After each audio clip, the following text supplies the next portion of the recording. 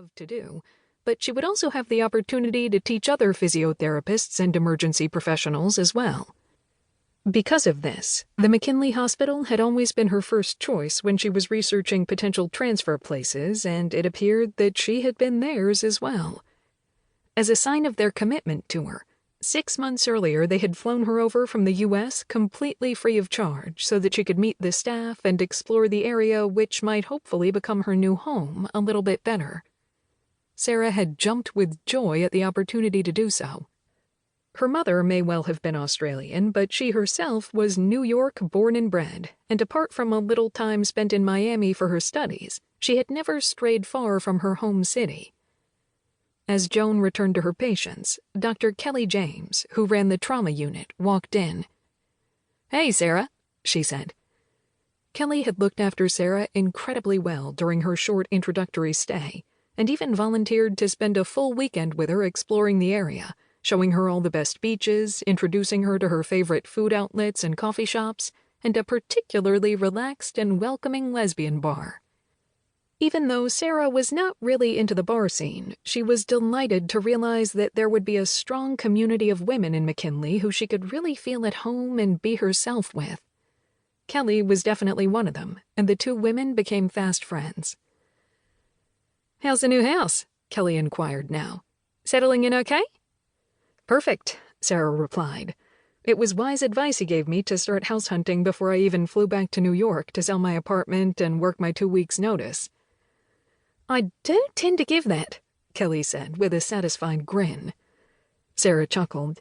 It was strange how quickly she had come to regard Kelly as such a great buddy, and she was surprised, too, at how rarely she even thought about New York and her old job, which included her network of non-supportive friends, none of which had bothered to send her a single email to say hello or find out how she was doing.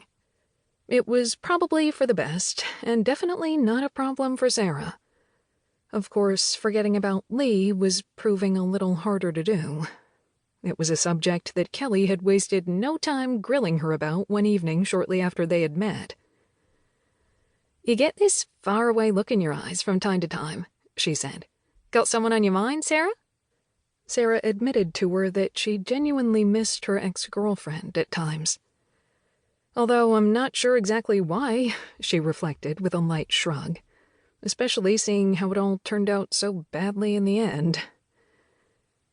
"Maybe you just long after the idea of a romantic relationship," Kelly remarked. "Nothing wrong with that, you know." Sara nodded. She certainly did not miss the hurtful notion that she had always been surplus to requirements in the other woman's highly successful and efficient life. She smiled at Kelly as her new friend poured her more wine and asked about her ex. "Oh, she was all kinds of gorgeous and charming," Sara said, with a trace of sadness in her voice. "I found her quite impossible to resist, at least in the beginning of our tumultuous relationship." She explained how Lee was a gifted young surgeon, a rising star at one of Boston's most prestigious medical institutions, a woman who was as ruthless, driven, smart, and ambitious as she was beautiful. A few risky drinks one evening after their late shift had quickly led to a lot more serious engagement, and Sara had fallen deeply and painfully in love with Lee.